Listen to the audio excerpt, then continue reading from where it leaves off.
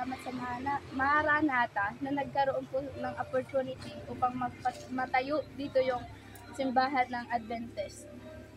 At nagpapasalamat din kami kay Jesus na pinagkalooban kami ng napakagandang simbahan dito sa Paya.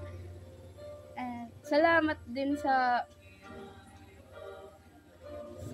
nagtumulong na may patayo itong simbahan at magkaroon ng bahay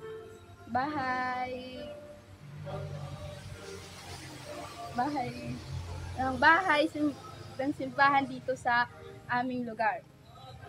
At napakalaking biyaya at napakagandang blessings para sa amin na magkaroon ng ganitong kalaking simbahan. At nagpapasalamat din po kami sa mga sponsors na